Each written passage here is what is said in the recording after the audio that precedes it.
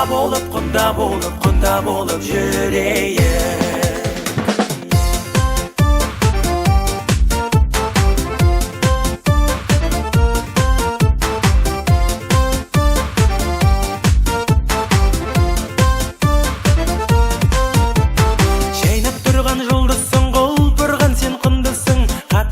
Елігім келін болдың сен бүгін Құда болып қайтайық жинауылдың маңайын көкпар тартып жан батып ауылым деп аунап жатып бір марқайып қалайық бәрін жақсы ұғамыз біз сіздермен құдамыз іргемізде іргелес ажырамыз біргеміз ойнайық та күлейік құда болып жүрейік ай ғой құда болып жүрейік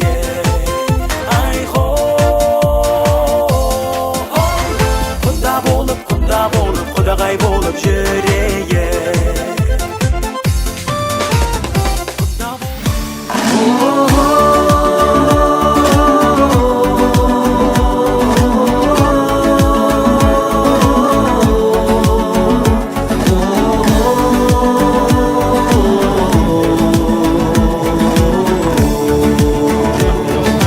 Кең жазира қазақтың жері қандай қаз қонған көлі қандай әр ауылға қанша рет барсам дағы асыл еркем алдымнан жолығардай атырау мен алтайым әнмен шашайын сағындырған сарыарқа барсам саған ай сайын қасиетті қаратау асыл текті алатау жер жәннаты жетісу туған жерім тамаша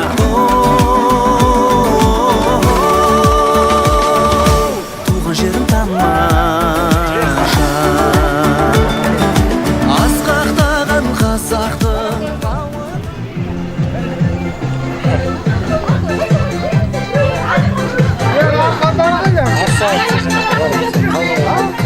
Құдалар ма? Уассыздар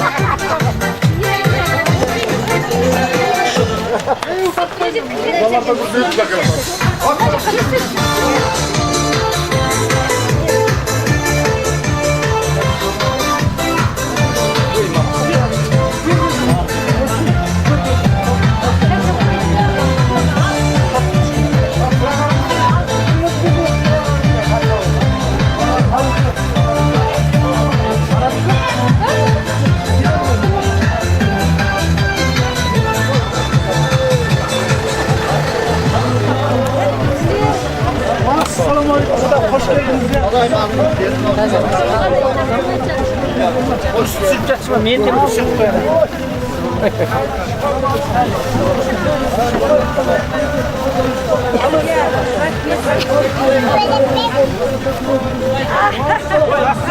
İması.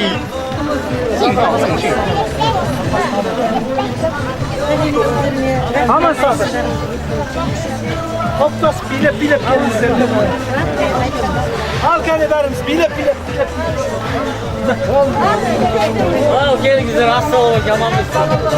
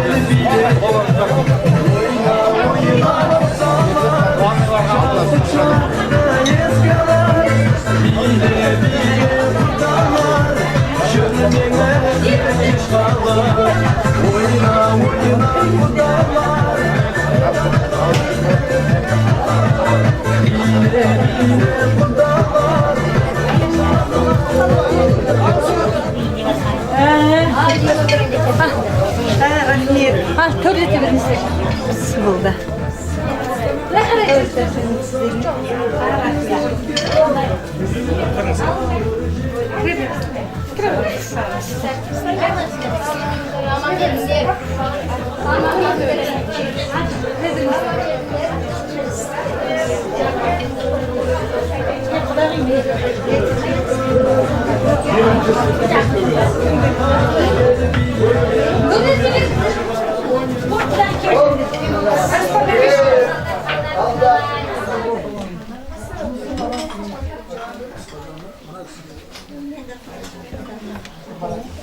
Құдағи, отыр, мына ояна балаға бер, ана баласына қарап тұр ғой. Құдағидар, қош келдіңіздер. Аман есен жеткендеріңізге Аллаға тәуба. Әлі күн бәріңізбен мен танысқам, енді мына қазір сіздерге кішкентай ғана хабарландырып график айтайын деп жатырмын. Ана алдай маған сіз айта қойыңызшы дейді. Мына енді мына осы құдадарыңыздың шаңырағы босағасы ғой. Сондықтан осы босаға көрсету ғана мына бітті. Кішкентай дастархан жайып сіздерге осы тізелеріңізді бүксін деген. Ал енді құдалық өтетін жер ана жақта бір алмалы бақ дей ме? Әйтеуір осы сондай бір жерде кафе-сөрейде өтеді деп жатыр мынадар. Сондықтан сіздер тізе бүгіп осы жерде мына босаға көрсін деген ғана ниет. Мына сыймай қалдық деп қорқып кетпеңіздер деп айтып жатыр. Ал енді келген қадамдарыңызға гүл бітсін. Бәткен тілеулеріңіз екі бала үшін, басқа туыс-туған үшін тілеген тілеулеріңіз періштенің құлағына шалынсын. Ал енді сіздер қазір құдалықта танысасыздар, одан кейін той бар таныса жатасыздар. Қазір міне шал не десеңіз, Фариданың әкесі, менің әкем. Осы кеше самолетпен артып жүрберің жеткізіп алдық Көкшетаудан. Енді міне Фариданың нелерін танисыздар, өткенде барды ана кісілер. Ал енді басқасын бәрін ан жақтан танысасыздар. Ал енді әке, құдадар берем бе, бата беріңіздер бір мына асқа.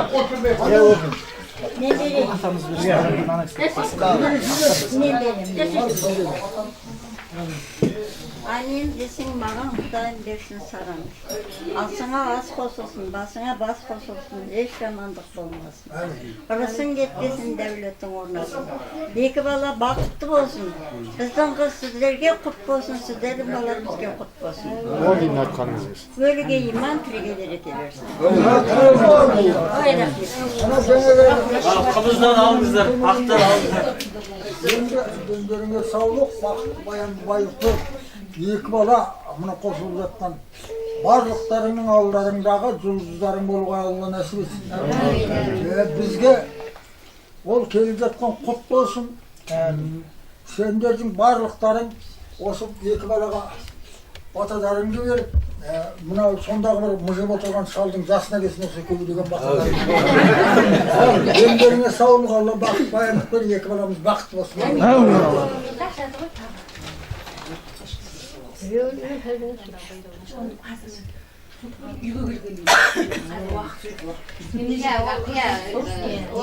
Қазір уақыт жоқ, мынаны көрсеткеннен кейін өзімнің туысым үйге бірақ ойдан кейін отырамыз осы сіздердің. Мына жақта жаңа әкеңізге бөлек киіт, балаларға бөлек киіт. Көрсетіп батай саламайсың ба? Батай салатпай, өзде қарайсың. Мынау жаңа бір баланыкі, екінші баланыкі ғой. Мынау атаныкі, жаңа әкеңіздікі, иә. Мынау екінші баланыкі, иә. Қызыңызға. Амина!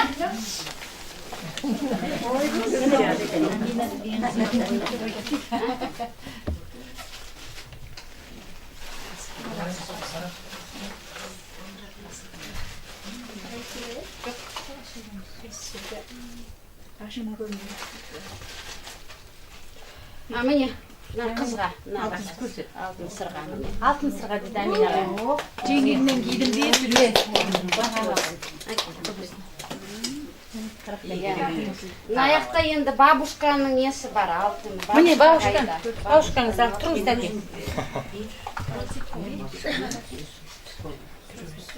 Біз енді бұлай реттеп Apamdan sizdiki.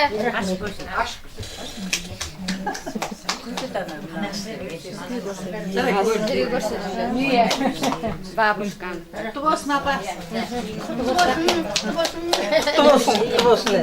Nemerenin aldığını.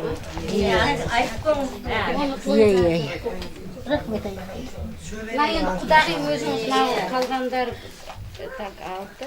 Алдындарды салғаннан сен отыра бер. Өзіңіз негізге бөліп бересіз. Қалған қоржын нелерді өздеріңіз ашасыздар ырымшыл. Мына сіздің пакетіңіз құдағи. Ырымсырын. Жарайды, құдағи пакеті. Ал рахмет құдағилар, енді уақытымыз тығыз болғаннан кейін бұны өзіміз ағай туысымыз тойдан кейін сөгеміз. Сіздерге енді қазір құдалыққа кете берейік ана кәдемізге. Рахмет барлықтарыңызға. Рахмет.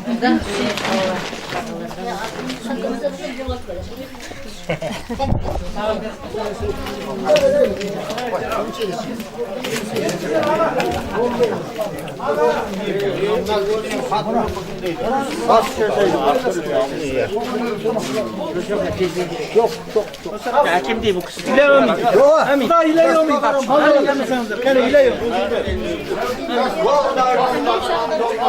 Dasarkanın baylığın versin, cenin sağlığın versin, öyle bir iman versin, çereke bereke versin.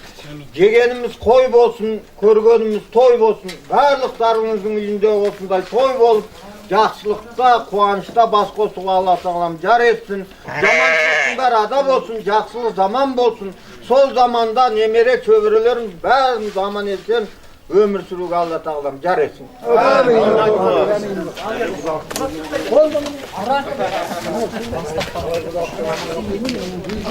Bastık parayı mı? Onun anlamı ne? Şartı yutmuşlar da o gideceğiz ya.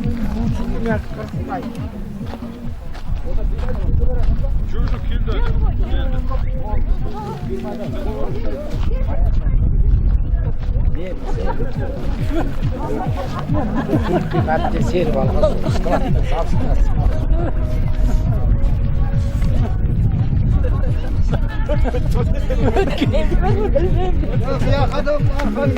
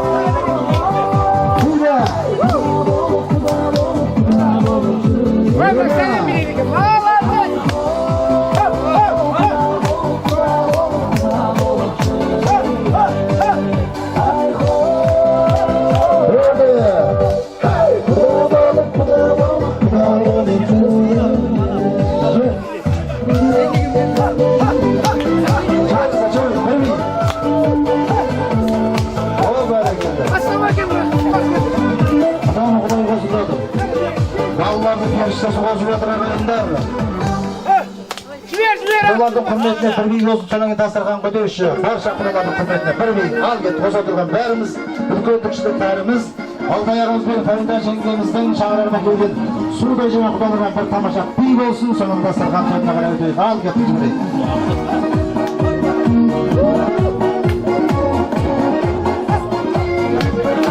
Алтаяғамның кластастары қайда? Астанадан келген кластастары қайда?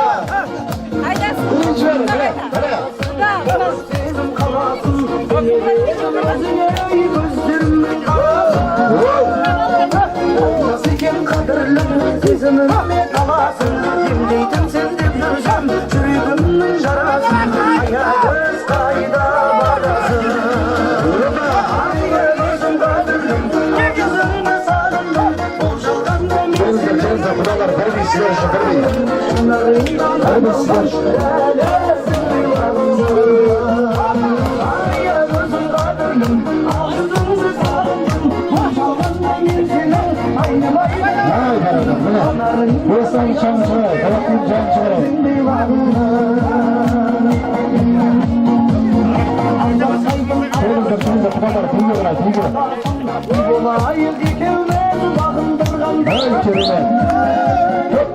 Anamız olsun bir kavundun arasın gelin bular bir sözüm orada gider anasın ayağa göz kaydı hop hop hop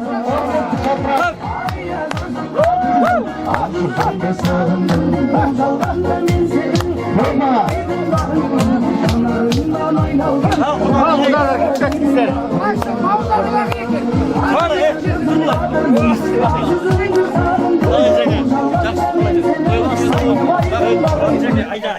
Al da sakın bir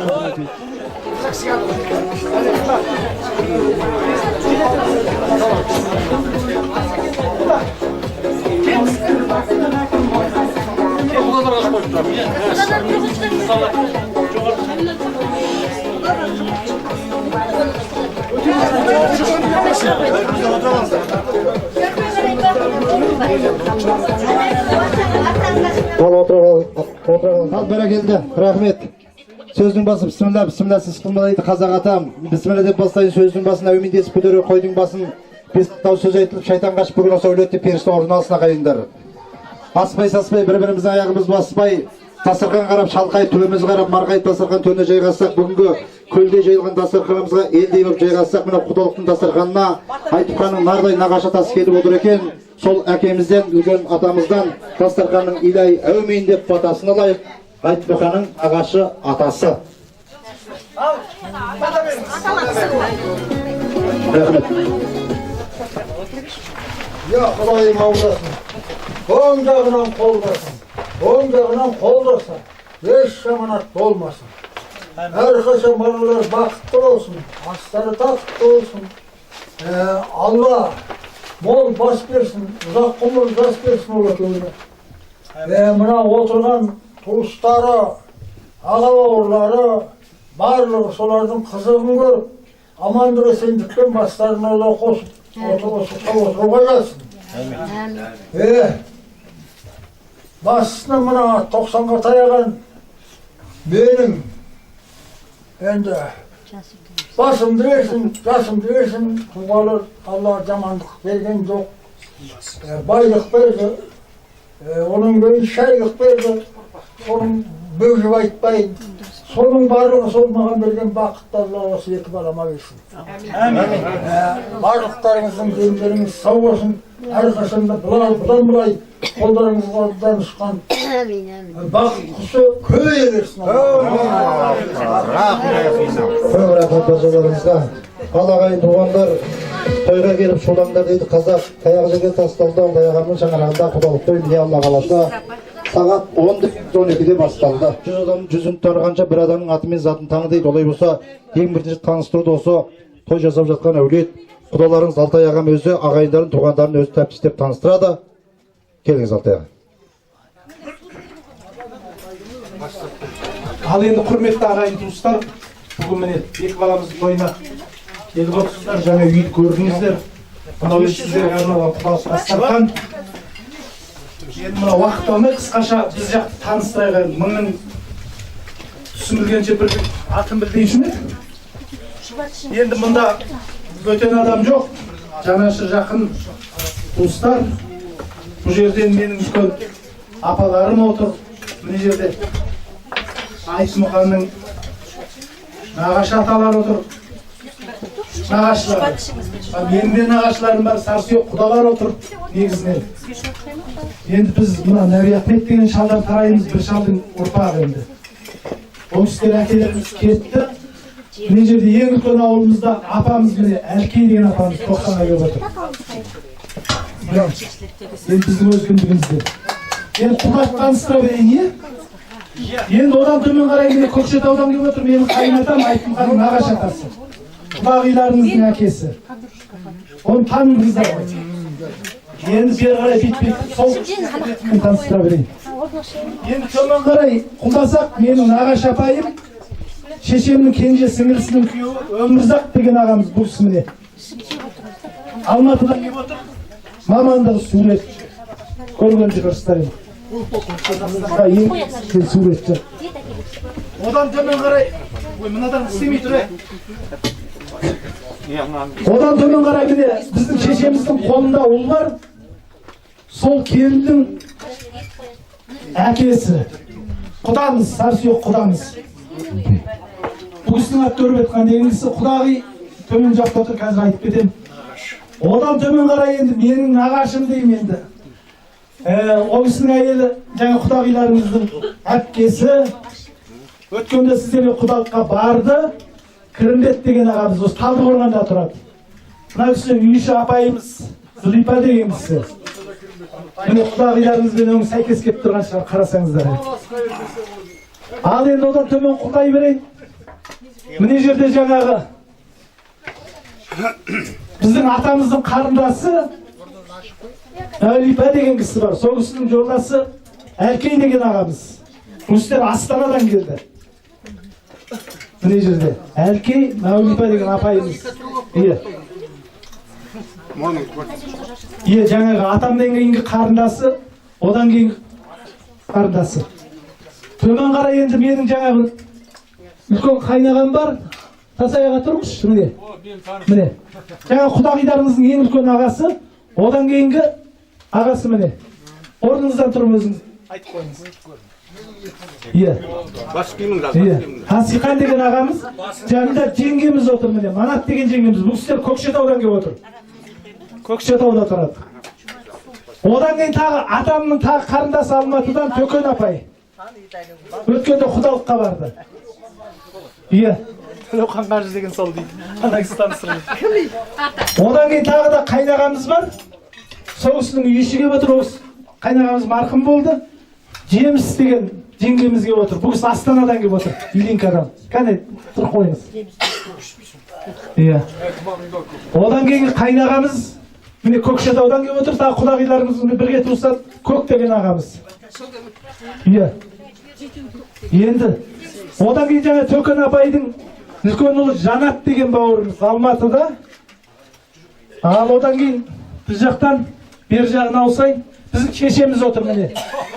Құдағиларымыз Айтмұханның апасы. Одан кейін мына менің шешемнің абысыны ағамыздың үйші Тәнзила деген апамыз отыр. Бұл кісілер Астанада талапкерде болатын. Ол жақ соғып екен деп қайтып Алматыға көшіп келіп жатыр. Жер аңсап, ел аңсап. Одан төмен құлдайын. Міне жерде міне менің өзімнің әкеммен бірге туысатын Қара Шаңырақтағы кенже жеңгеміз Жайна. Жайна деген кісі. Енді жаңа Астанадан келген, Алматыдан келген құдамыздың үйші Гүлстан деген құдағиымыз жаңа. Тәтемнің қолындағы келіннің мамасы.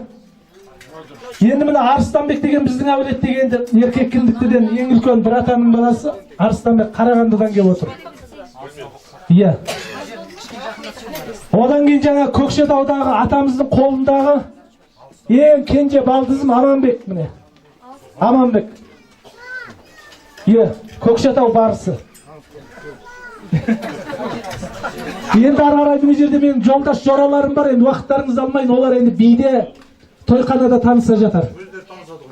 Енді жақсылап асықпай отырып, алып, әңгімелесіп, тойға дейін уақыт бар, Құдай бұйырса. Көңілді отырыңыздар, ішіп жеп. Әмин, рахмет, көп рахмет. Ал енді құдаларымызбен танысайық, құдаларымызбен танысайық. Алтай ағамыздың Құдай қосқан құдалары. Құданы Құдай қосады, балаларды періштесі қосады дейді екен. Ендеше Айдананың аталарын, әкелерін, апаларымен танысайық. Кім танысады?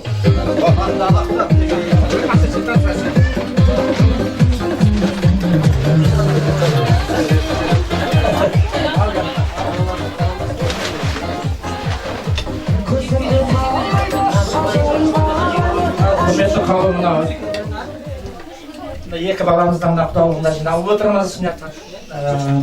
Біз мына Айдана жағынан келген құдаларымыздың Айдананың әкесі Мұхит болатын. мамасы Жанна,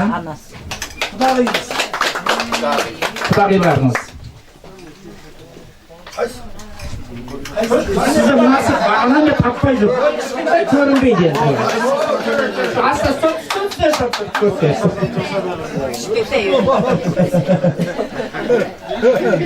Арнасына күліп отырғаны сияқты. Біз өзіміздің Албан елінің қарағысы боламыз ішінен. Құдағиларымыз ақыстық. Қазір таныстырып өтсек, арамызда үлкеніміз, шешеміз, үлкен анамыз, құдағиларымыздың анасы, енем.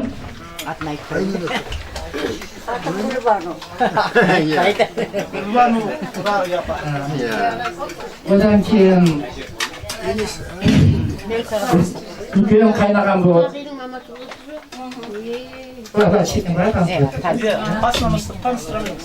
Үлкен қайнаған жолдасы. Жанан ең үлкен жеңгесі болып келеді. Құдағидың жеңгесі. Иә, Бақытгүл. Бақытгүл. Жанан әнесі. Племяннигі. Орысша айтқанда.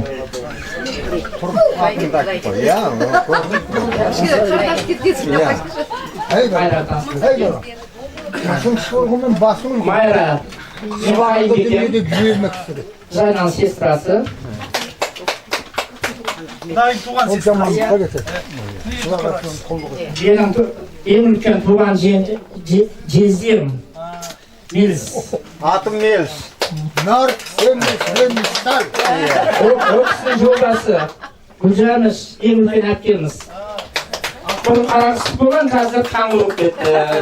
Сондай. Қазір бағынбайды.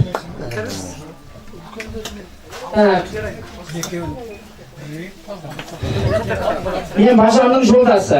Түсінесіздер ғой енді. Мен бажамның жолдасы. Аты Қайынбике мен. Құдағидың үлкен әпкесі. Тоже бажамның жолдасы. Сәуле. Көрсеңіз? Қарт шапалап мен. Жақсы көрет. Қошеметті. Тете бауырым Мұхтар. Менің кейінгі бауырым. Жеті болайық. Балдызым Болатбек.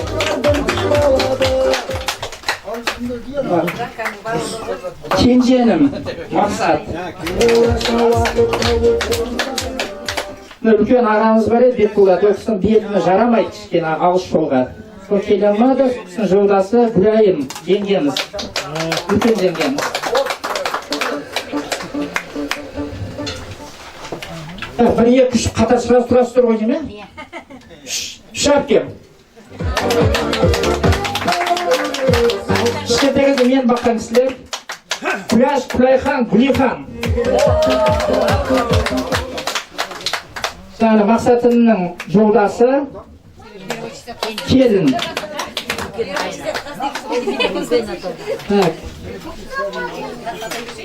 Мәулен қаққасын ба? Менің ұлым Мәулен. Ең үлкен ұлым. Жолдас келін. Мен келінмін.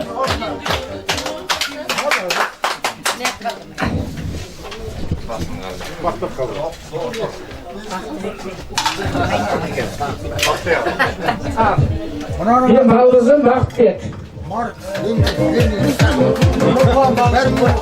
Бұлақ емес. Үйінде жолдас үйінде қалған. Біреу дегеніміз ғой, сол үйінде қалып қойған. Құдағидың туған інісі. Құдағилар туған інісі Тете. Қайназар менің жолдас болам. Класстас дос болам. Жолдас боламыз. Болған сияқтымыз. Шын қалқаны жоқсыз ба?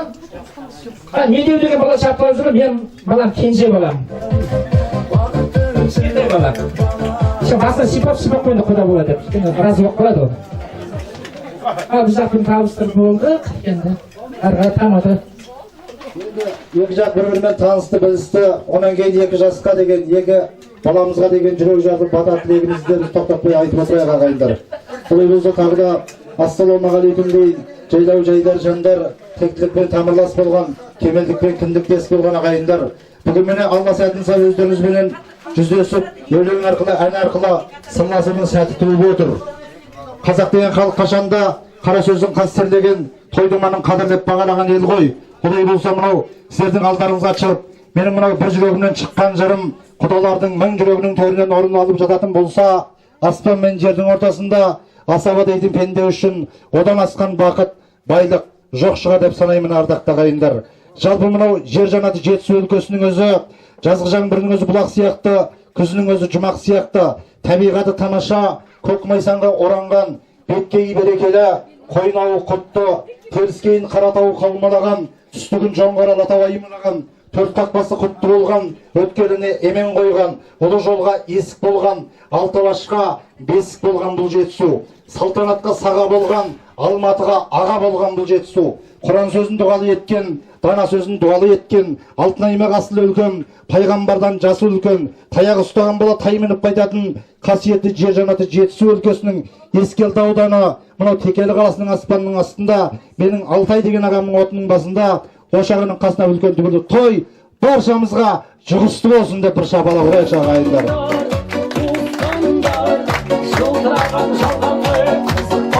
Осы әдемі тойдың ажарын ашып беретін, берекесін кіргізіп беретін, тойымызды ашық деп хабарлап беретін әрине Алтай ағамның арқа сүйер әкелері, ағалары, апалары бар.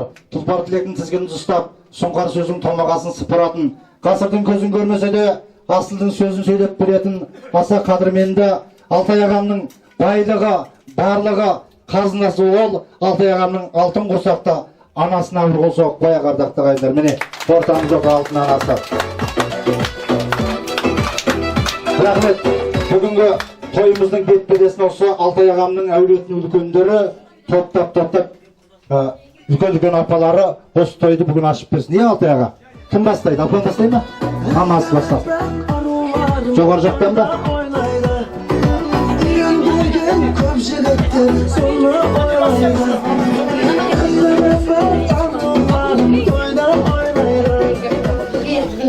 Сіздерге жұғымды болып, тату тәтті, екі жақты жол қылған, өміріңіз ұзақ ғұмыр, зор денсаулық бер, жақсылық, бақыт берсін. Осы тойымыз тойғыласып Алла тағала, енді құда-құдалар, осы араласқанымызды ұзағынан сүйіндір. Жақсы тілекке, жақсы дастарханға, ұзақ ғұмырға нәсіп етсін Алла. Алладан қолын тілеймін.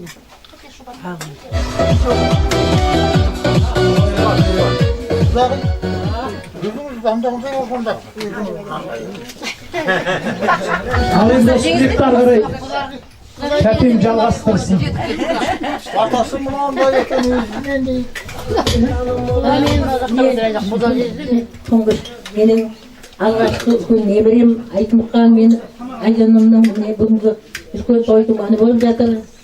Енді осы екі балам бақытты болсын, дені сау болсын, бізге сондай мықты сіңісті келдер болсын Айдокөшім. Айтам, барлықтарыңыз енді аман болыңыздар. Осындай әлемі қызды тәрбиелеп берген Құда мен Құдағиға да көп рахмет. Осы екі баламыздың қызметін көріп, әрқашанда жақсылық дастарханда кезге берейік.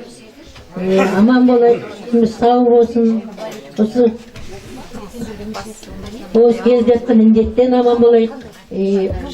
Айзат келген тілейтін балаларым бақытты болсын. Енді осы алғашқы немеремнің тілегін Алла тағала қабыл етсін. Амандықпен қауышып.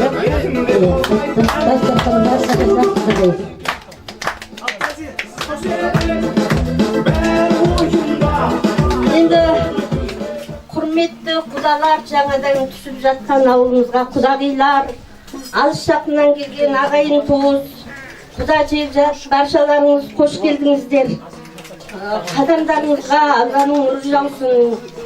Енді тойдың басы құдашаймен басталады. Мынау құдалықтарыңыз құтты болып, берекелі болып, осы балаларымыз бақытты болсын.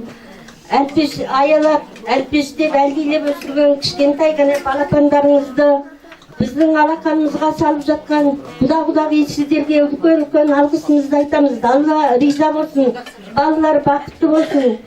Айтқанымызды айтпай кетуге болмайды. Ағаның, тәтемнің үлкен немересі атасының өсиетін құлағына сіңірген жақсы бала деп айтуға болады. Сіздерге бала болып жатыр. Құтты болсын, берекелі болсын. Енді құда-құдағидарыңыз біздің ауылымыздың жас болса да басы,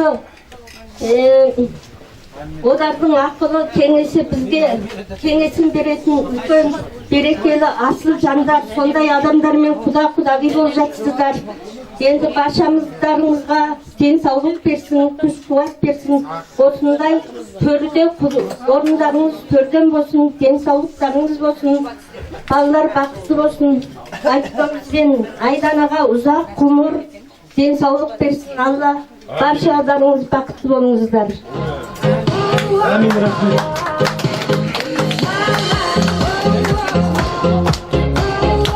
Ал енді мына біздің аталарымыз кенже атаның баласы Арсекең ағамыз, Арыстанбек ағамыз бір ауыз біздің бауырымыз. Бақыт үшін осыларға арнаған тілектеріміз Алланың құлағына жабылсын. Осындай халал тойда айтылған сөздер Аллаға тән болар деп ойлаймыз. Сондықтан балалар бақытты болсын, шаңырағы биік берекесі берік болсын деймін. Арамызда енді ашып жатқан алтын көпіріміз ұзағынан болсын.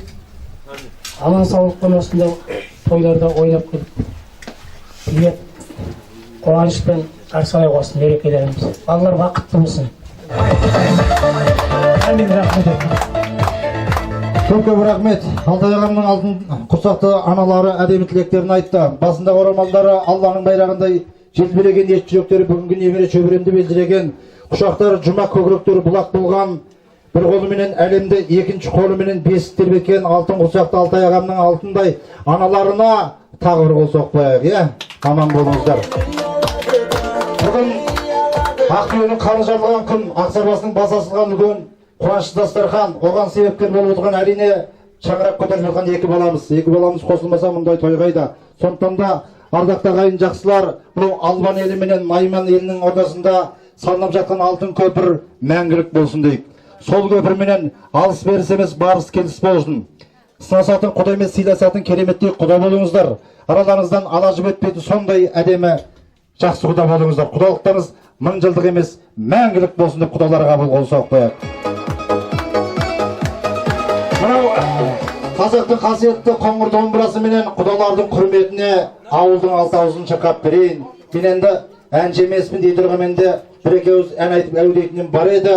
Мынау Алматы шаһарынан келген Құдай қосқан Алтай ағамның кереметтей құнды құдаларының құрметіне, гүлді құдағиларының құрметіне осы Найман шаңырағының әулетінің атынан бір ән шырқап берейін. Құдалар, қабыл алыңыздар енді. Құлақтарыңыз әнде болсын, ауыздарыңыз дәмде болсын, дастарханнан дән алып отырыңыздар. Қымыздан, қымыраннан, сусындардан жеп отырайық, той құтты болсын.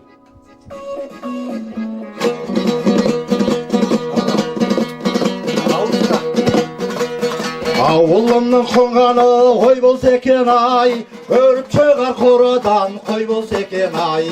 Осындайда құдалар күлде ойнай, күнді осындай осы үйде той болса екен ай. Құдаларым ай, құдағилар ай, көрсететін сіздерге талай сый бар ай. Бекзаттарым ай, жекжаттарым ай, жекжатшылап әулетке кеп жатқаның ай. Ауылымның қонғаны ой болса екен ай, өріп шығар қораңнан той болса екен ай. Осындайда құдалар күлде ойнай, екеулетте күнді осындай той болса екен ай. Бекзаттарым ай, жекжаттарым ай, жекжатшылап әулетке кеп жатқаның ай. Саржез тұнған ай, отта тұрған ай, айналайын көзіңнен ашып жұмған ай.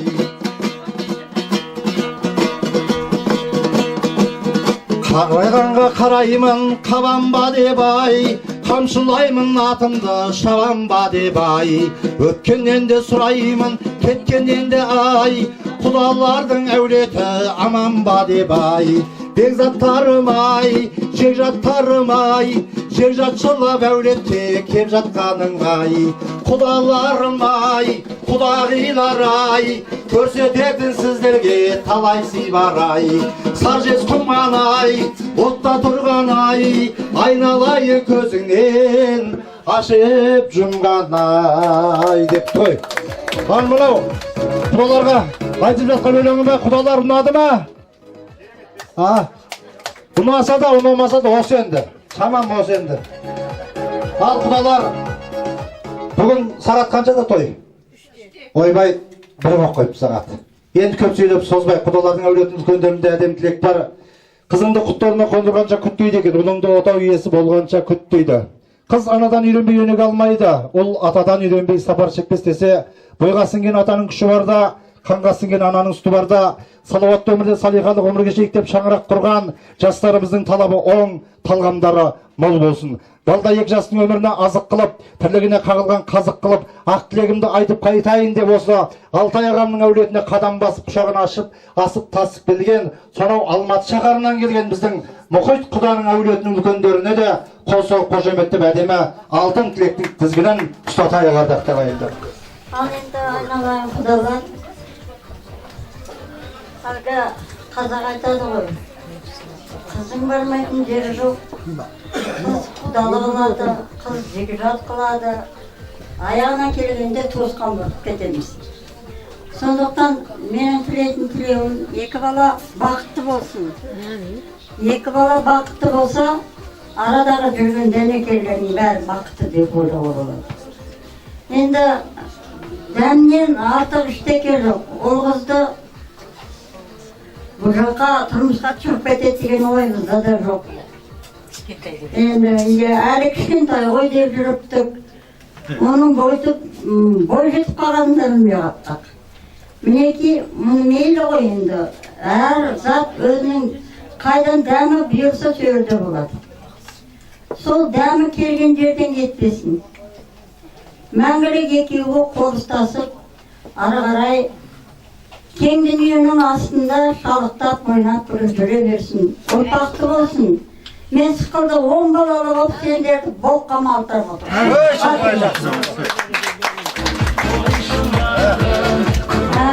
Айтады ғой, атақты да бала шығарады, жаманды да бала шығарады.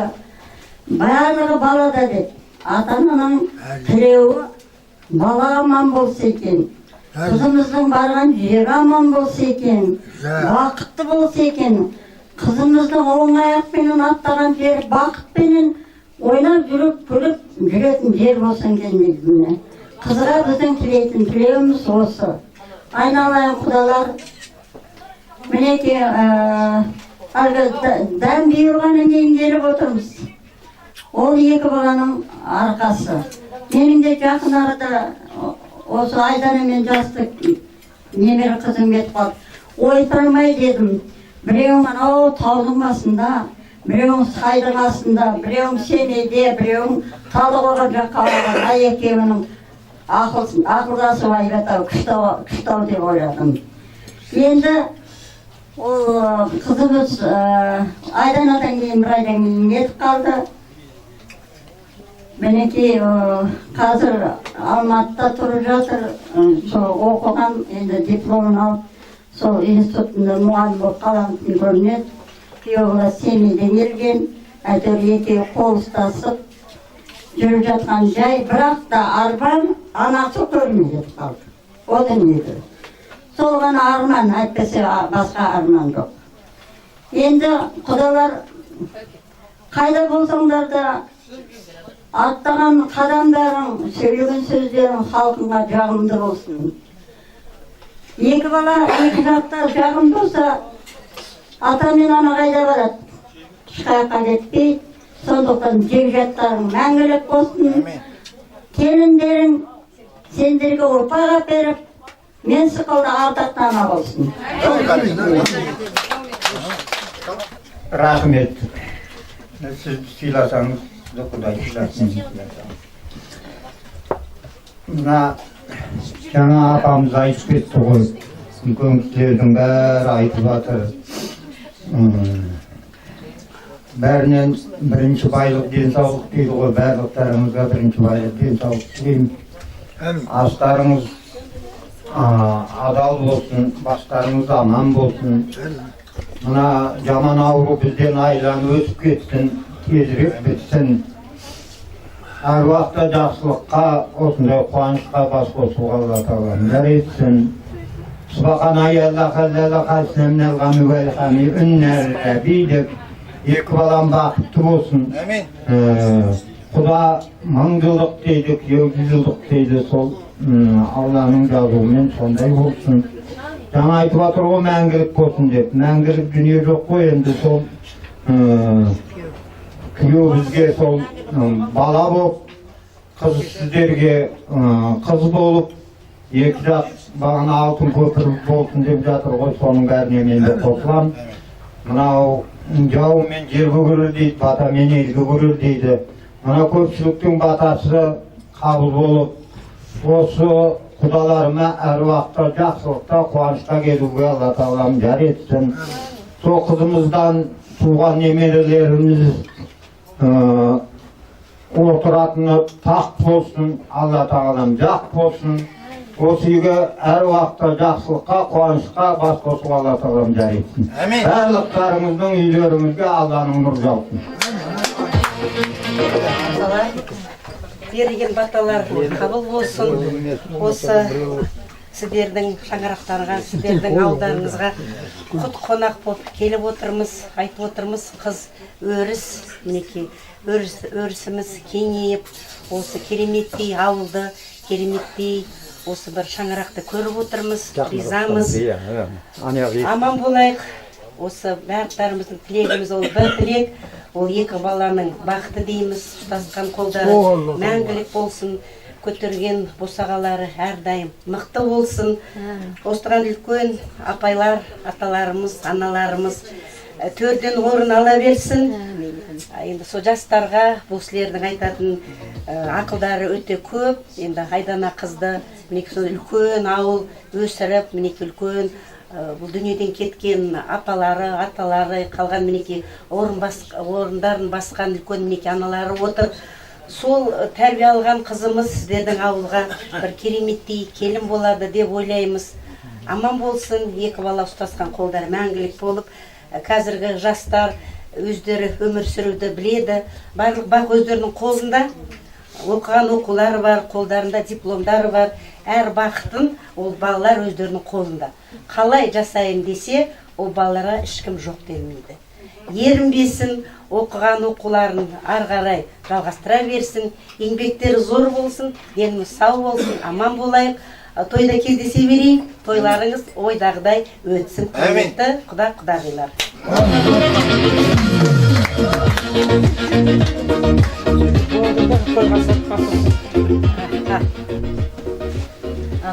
Құрметті бүгін дастархан басында жиналып отырған көпшілік қауым, ана алдымыздан қарсы алып, шын көңілдеріңізбен дастархан жайып осындай қарсы алғандарыңызға көп-көп рахмет. Ылғи дастархандарыңыз әмсе жақсылыққа, қуанышқа жайсын. Осы әулетте той болсын, жақсылық болсын, ұзағынан болсын. Жаңағы үлкендердің айтқан тілектерінің бәрі қабыл болсын. Жаңа Құдаша айтып отыр ғой, біздің әулетте әке-шешеміз осы айданамыздың тұрмысқа шыққанын, осыны әулетін анамызда көрмей кетті. Сол кісілердің әруағы қолдасын, үлкендердің ана дүниеде болып кеткен үлкендердің әруағы қолдап, екі баламыздың алтыннан ақ күн тусын, жаңағы айтқан тілектердің бәрі қабыл болсын. Еш жамандық болмасын, барлықтарыңызға зор денсаулық, мол бақыт тілеймін. Осындай дастарханда, тойда, жақсылықта кездесейік. Екі балаға бар жақсылық тілеймін. Үлкендердің жолын берсін, жолдар ашық болсын. Тойларыңыз той боласын.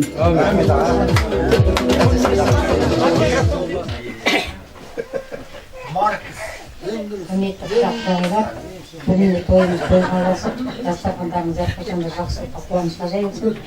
Мына Айтмұқан мен Айданамыз ұштасқан қолдары мәңгілік болсын, бақытты болсын.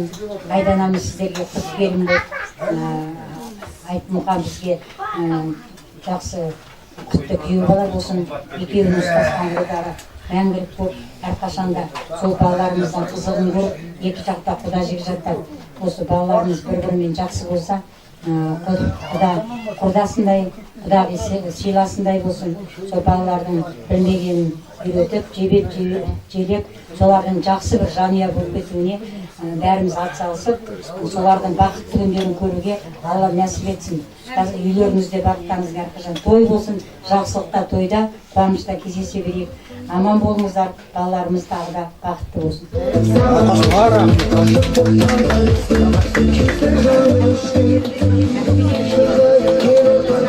Жоғарыдан тағы бір екедан қосақ, е?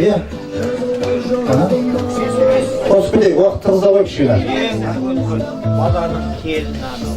Құрметті құда-құдағилар, Аллахтың бұйрығымен бір тамаша күнде біз сіздердің ауылдарыңызға құда болып келіп жатырмыз. Бізді кең көңілмен, сондай жақсы пейілмен бізді қарсы алғансыздар. Сіздерге үлкен рахмет. Еңбектеріңіз жана берсін. Екі бала қосылған, екі бала бақытты болсын.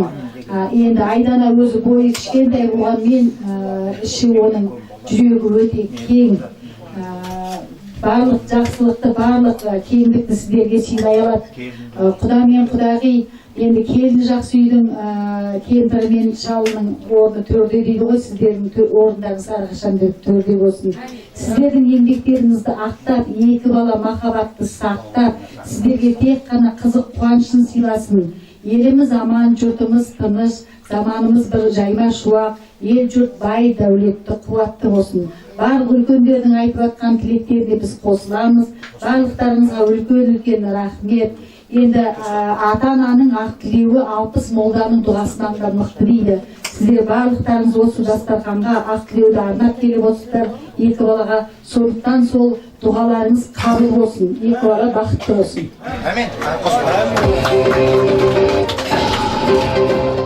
Демалдап сөйлегенге дұрыс қой. Енді құданы құдай қосып жатыр. Балаларды періштесі қосып жатыр. Сынасатын құда болмайық, сыйласатын құда болайық. Құдалыққа келгеннен кейін кәде сыйлары болады, білесіздер. Сіздер жақта да бар.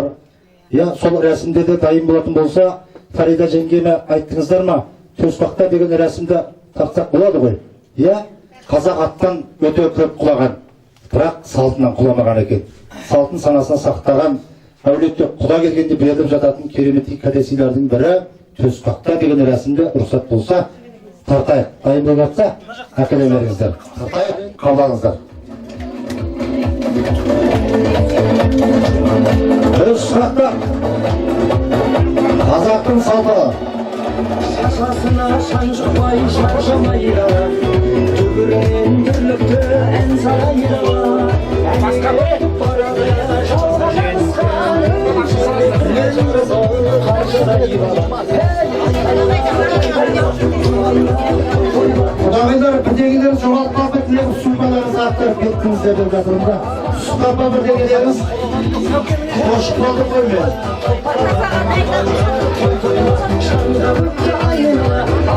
Біздің жақта ақша салмайды.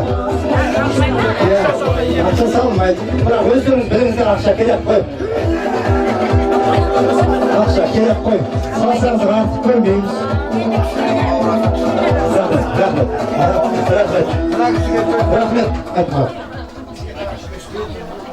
Енді әр жердің қазағының өзінің заңы болады. Біздің жақта көбінесе жаңағыдай төс қақпай дегенді тек қана күліп қауыры асататын сондағыны. Біздің ана білмейтін вақтарымыз орыстың арасында көп болды. Бізде орыстар енді қазақтың жарымы орыс болды десем мен аз. Сондықтан мына балаларды сасқалақтап қалғанда соны ұрып жатыр. Қайтеміз не істейді екенбіз деп. Жаңағы сен сумкаларыңды ақтарма дегенде бар. Мен түсіндім. Дұрыс қой апа.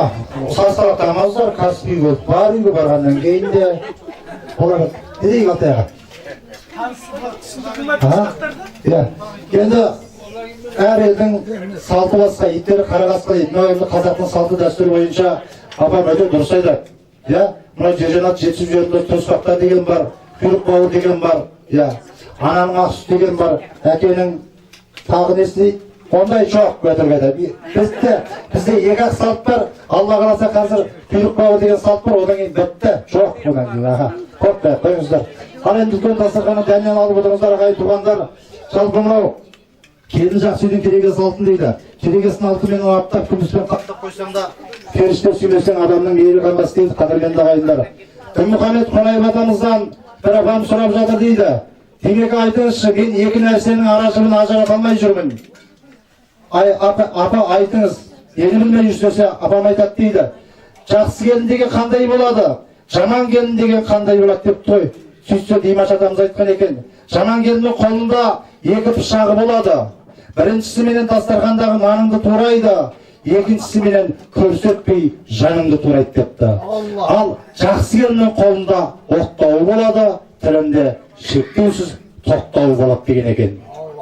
Біздің мына Айдана қызымыз сонау домалағанадан бастау алған өте тәрбиелі, текті әулеттен тарағаннан кейін осы әулетте, осы Алтай ағамның әулетінің, жалпы Найман елінің абыройын асқақ қылатын, беделін биік ұстайтын сондай жақсы елінің қатарынан болады дегенге біз кәміл сенеміз, ардақты ағайындар. Сондықтан да бүгінгі шаңырақ құрып жатқан балаларымыздың басынан бағы, астарынан тағы таймасын дейді. Тойдаңырдың қазынасы депті, жоқтарып неге осы күнге дейін қиылып кетті. Ат бұйрығы деген бар, құлақ қойсаңыз сөзіме, наным болмайды теріске. Адам атамыз жұптанып, Хауанамызды алғанда, Исраил мен Микаил некесін қиған екі періште, біздер де солай жасадық, шығармас ешкім теріске. Расулы Мұхаммед Хадиша анамызды алғанда, Жәбірейілге Аллахы бұйырған, сол себептен бүгінге дейін ақ неке қиылған дейді. Некелерге қиылып жатқан балаларымыздың басынан бағы, астынан тағы таймасын дейді. Той баршамызға жұғысты қайырлы нағашылары. Барлық нағашылар, иә. Үш жұрттың ұлығы деп ұлысы деп, сөзінің баяғының дұрысы деп, нағашылар мен сендерді жақсы көремін, аяулы анашымның туысы деп аяулы ақмамамның жырымды да сендерге ақтарамын, әулетіме жиі келіп тұрсаң, өздеріңменен шаттанамын, мақтанамын деп сонау сұлу Көкшетау өнен келген нардай нағашы атасы бастап, барша нағашылары бір ауыз тілек айтсын. Ал атасы.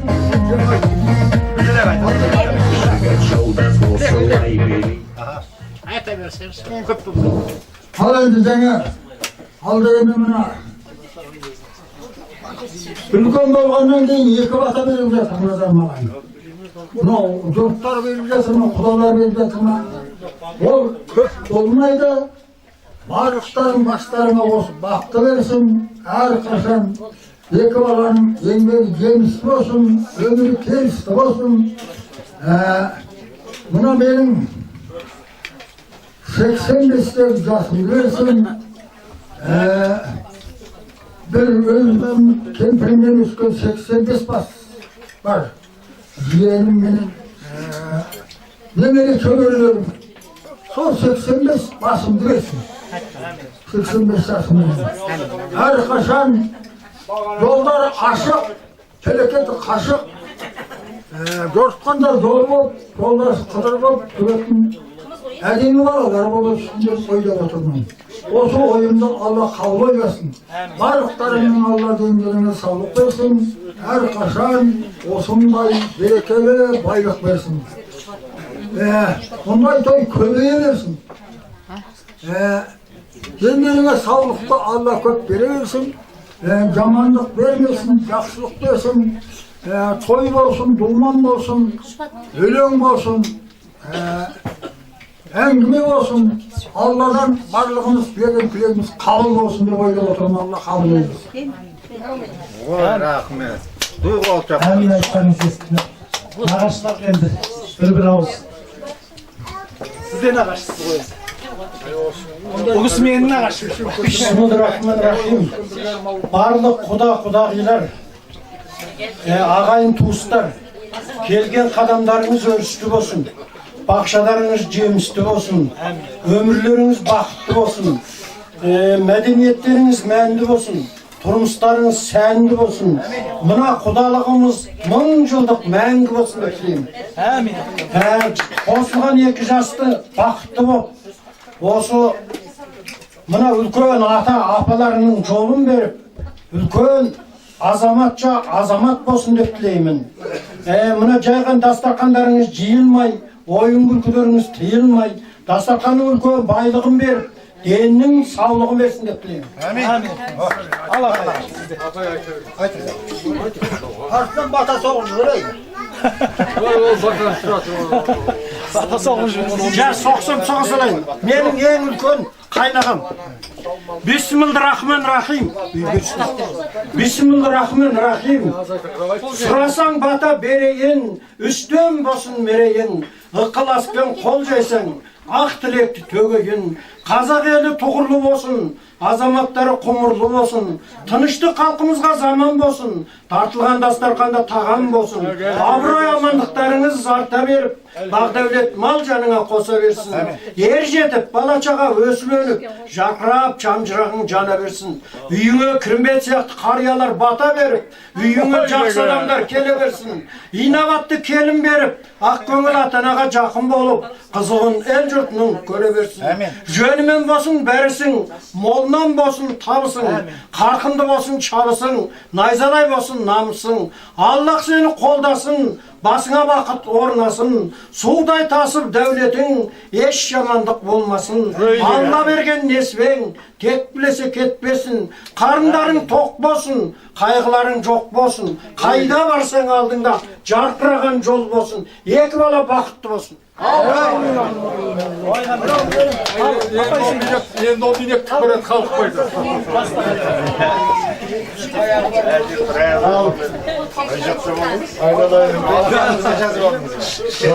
Оланы жатқа бір таңа айта береді. Алайын, құдадар, құдағилар, туыстар, көңін кішісін інілерім, келіндерім, қарындастарым, келген жолдарым қуанышқа жазылсын. Осы менің біздің әулеттің бір кішкентай қызыменен күйеу балаға сендердің әуел Алланың, одан кейін әке-шешесінің, осыдан туыс туғанның рұқсат батасыменен берген ата балаларыңыз бізге балдайға түсудай секілді. Мен өткенде сіздерге сол баланы алуға барып, барлықтарыңызбен танысып араласып, содан бүгін екінші рет көргенде құдағиларды қатырысып, бетіне ескенді жүректің үстіне соқты. Аны сағынып қаптым да, енді осы қашанда жылы жүзбенен уайым қайғыдан емес, қуанышта кезігіп, сіз біз болып, мен сен болып араласып кетуге Алла нәсіп етсін. Барлығымызда ұрпақ бар, ұрпағымыз өсіп жетіліп. Осы Алтай менен Фариданың анау апасының, осы 5-6 іні қарындастарының туыс туғанның көрген қызығын бізге де жоғысты болсын, сіздерге де жоғысты болсын, барлығымызға жоғысты болсын. Сіздерге көп рахмет. Келе алмай қалған қандай бір себеппен құдағиларға дұғай сәлем.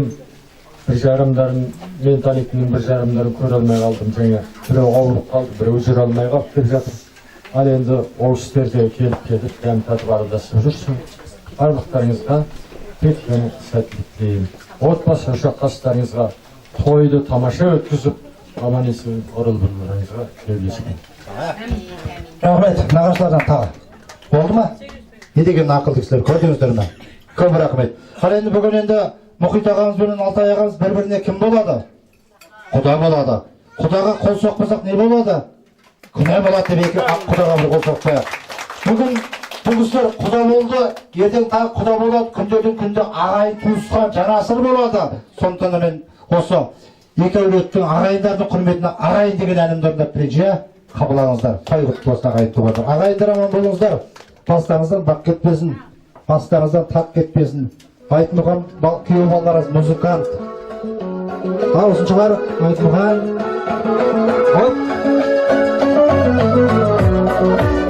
Ағайындар аман болайық.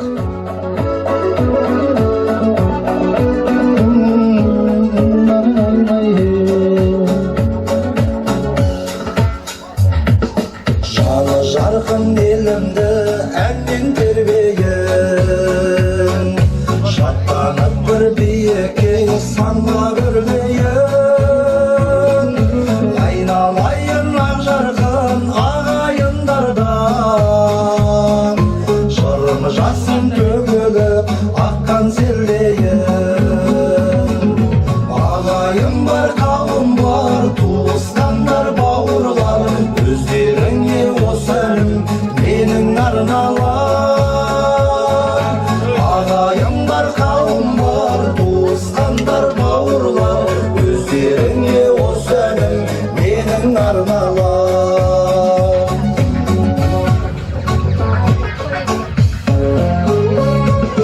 Жұлдыз болып жарқырап көкте жанайын, туған жерге әніммен өрнек салайын. Елім жерім достарым өздерің барда, әнім қалсын жүректе мәңгі ағайын. Ағайын бар, қауым бар, туысқандар, бауырлар, өздеріңе осы әнім менің арналар. Ағайын бар, қауым бар, туысқандар, бауырлар, өздеріңе осы әнім менің арналар. Далаға шығып екпіндінің әдемі жерін көріп, мынау екпінді деген шағын ауылдың алмабақ саты. Алма деген көп, алма теріп кетпеңіздер. Таппай қалмай, қазір сағат 3-те той екенін ұмытып кетпеңіздер. Сонан кейін жаңағы құдалықтың ақсарбасының еті пісіп дайын тұрады. Ауламен танысыңыздар, таза ауамен танысыңыздар. Ас қайырып орнымыздан тұрып бір сағат бидейік. Илаһи әмин, ас қайырып. Құдалама. Өмір жақтанын жігіт айтсақ айтып, жол үлкен екен. Құдалар білсін.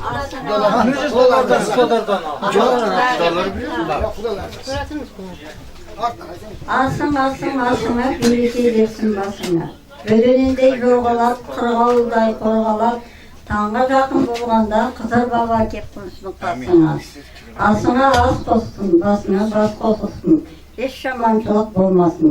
Екі бала мәңгілік қол ұстасып, қартайып отыра берсін.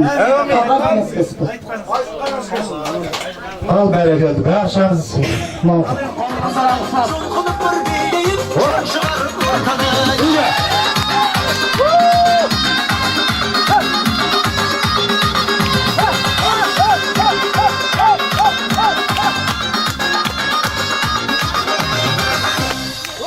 Қолынан дастыра бар, тұндығы чөкіп қоян. Ал кет сөйлек. Hoppa!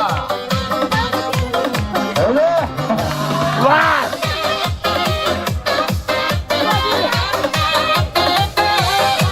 Күрсімді талайды, ажарым барайлы, әмірім жүрмеген жүрегім қалайды. Кейде сен қаттысың, кейде тым тәттісің, сүйген ару бастар маған бақытсың. Жүрегім айықсаң, сезімді бағала, сен маған айықсаң, басқаны табама. Аққудан аумайсың, көңілім толама, жүрсем аумайсың, солай болама.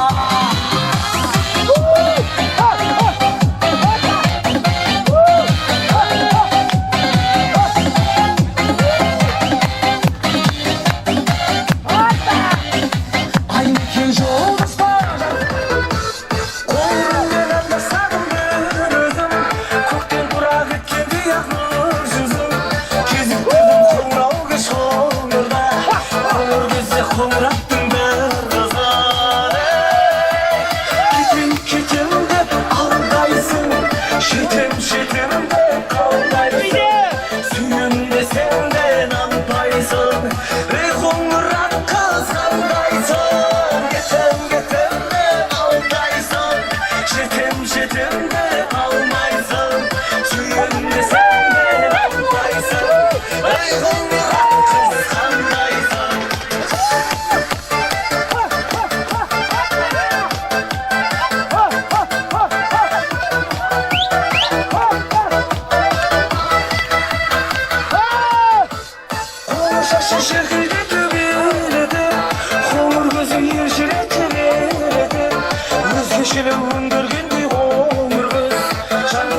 кетті самғап жерді кетем деп алдайсың жетем де қалмайсың сүйем десең де нанбайсың қоңыраққа санбайсың кетем деп алдайсың жетем де қалмайсың сүйем десең де нанбайсың қоңырақ қыз қандайсың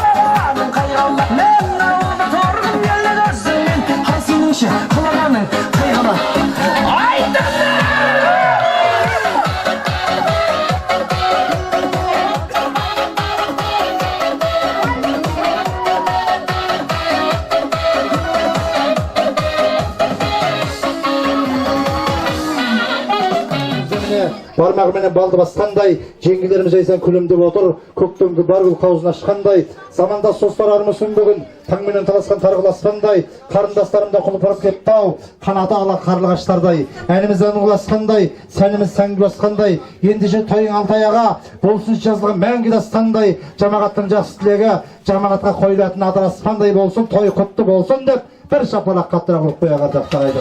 Рахмет. Олай болса бүгінгі құдалық тойдың үлкен асы дайын болды. Ас адамның арқауы дейді. Қойдың басы құданың асы, үлкен ас тартайық.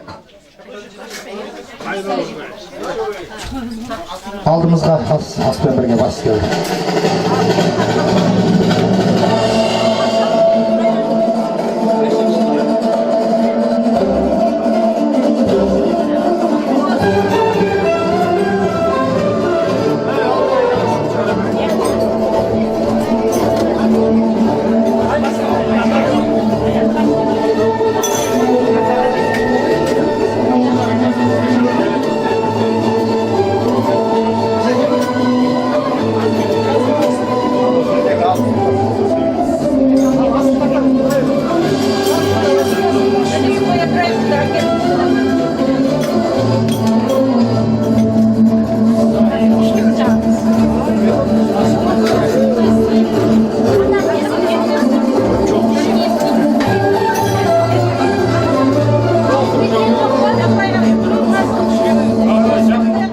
Құдалардың құрметіне сойылғаннан кейін құдалар әулетінің үлкендері апаларымыз, әжелеріміз, ағаларымыз отыр. Олай болса илаһи әумин, үлкен әжемізден үлкен асқа аталайық илаһи әумин. Arasında maç bata olmaz. Bata деген барлығына бола береді, бірақ та бір әулие кәдімгідей қыз болып отырған күйеу балам ол сол берсін. Бір әулие. Сізде тұрған Мен деген арғынмын. Biz söz söyleyemiz hemen. мен саған берсін енді Durs aytar. Ben sana Күйеу балаңыз ба бірнәрсе? Ендігі бақыттысыз Құдай-ау. мен саған да күйеу бала ол кісі қарағысты біз Әмин.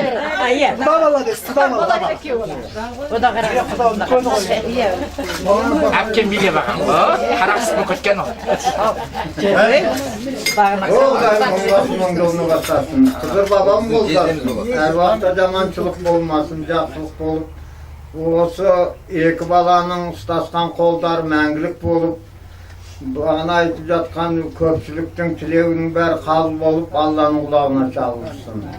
Асыңызға ас асыңыз ас болсын, бастарыңызға бас қосылсын. Әр уақытта жақсылық болып, бағана айтып жатқан тілектердің бәрі қабыл болсын. Кейінгі біздің жиендерімізге отыратыны басына бақ қонсын, отыратыны тақ болсын. Сол сіздерге әр уақытта жақсы келін болып, алдынан ақ күн тұрсын. Барлықтарыңызға зор денсаулық тілеймін. Әр үйдің түтіні түлеп, жақсылықтың бәрі сіздерге осы Алла тағалам осы тілектің бәріне Алла тағалам жақ болсын.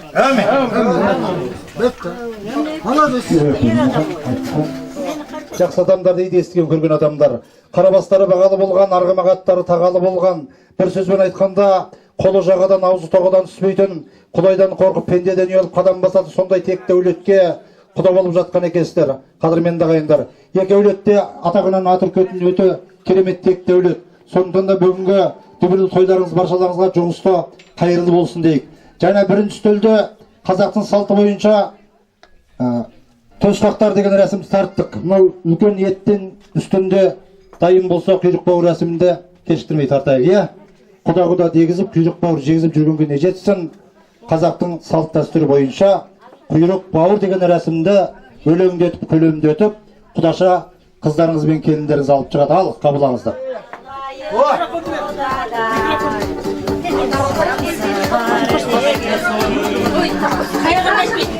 Bizim avul, sen avul, şekerim en avul, kudalarım gelgemde, en sağlayım tattavul.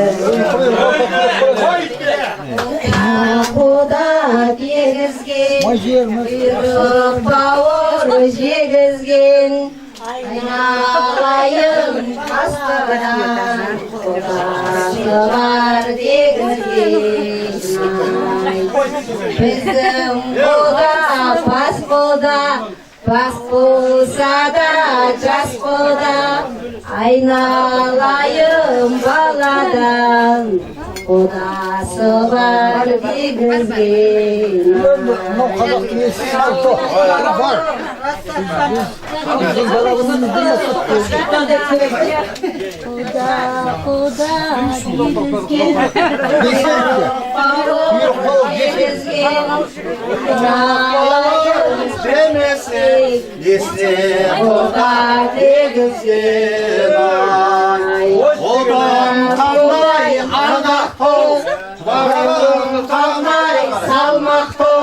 Құйрық бауыр асатап, айналма бармақтай. Құда тезелік. Мына боз қайтпау керек тада. Кішкене болса да, ырым ғой. Жол болмайды, жол болады дейді ғой. Үрді отырам бас құда, бас Құйрық бауыр асатам, ауызыңды ашудай. Құда дегізген, құйрық бауыр жегізген, құйрық бауыр болмаса, құда дегізген. Бәрекелді, көп рахмет. Рахмет, рахмет. Büyük бауырлық деген екі қарындасым енді ұят болады, шақыңыздар бұлай қарай енді. Уақыт жоқ, ақша жинап жүресіздер ма? Уақыт кетіп тұрады. Ай, ақша деген жақсы ғой, құдай ой. Ал енді көп рахмет. Қазақтың салтын пара қойыңыздар, ұят болады. Мынау өзіміздің жақтың адамдарына бермеңіздер. Бұштар ақша салмайды. Ал бәрекелді, көңілі рахмет. Көңілі қызғалдақтай қауыздарған, қарызданса тойшы қарызданған, баласы батаменен ауызданған, бабасы әлем сақтап аңыз болған, үйіне бір күн қонақ келмей қалса, көршісінің барып қонағын бере тұршы деп қарыз қалған, қарға тамырлы қонақжай қазақ жұрты, алқа топтың ауасын адал жұтқан алталаш, бүгінгі ақ түйенің қаны жарылған, ақсарбастың басы асылған үлкен дүбірлі берекелі мерекелі, Алтай ағамның әулетінде болып жатқан құдалық тойымыздың екінші стөліндегі әдемі тілектесі Алтай ағамның сарсүйек құдалары бар екен. Алтай аға, сарсүйек құдалары. Аттарын атамайын, ол кісілер өздері біліп отыр. Тойларың тойға болсын, той құтты болсын. Осы тойға жиналып отырған барлық сіздерге осындай той көп болсын. Сіздерге де ұлысты болсын. Аман есен болып болсын, той тойлап жыр-жырлап жүре беріңіз.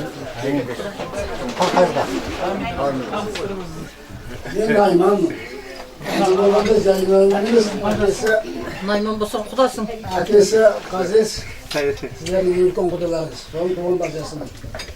Ұзымыз Найман. Ал енді қазақта сөз бар ғой. Елмен ер, таумен тау қосылмайды, екемен ел қосылады дейді. Қосылып жатырмыз. Найман жұрты мен Албан жұрты. Оны қосып отырған екі баланың арқасы. Екі бала болмаса қайдан қосылады? Тау сияқты қосылмай кетеді ғой. Сондықтан екі баламыздың қосылғаны мәңгілік болсын. Құдалық 10 жылдық, екі бала 100 жылдық дейді. Сондықтан құдалықтарыңыз 1000 жылға жалғассын. Осы отырған дастархандар есе уақытта жиылмай. Құда болып біріміз сынасыздар, құдалар туыс болыңыздар.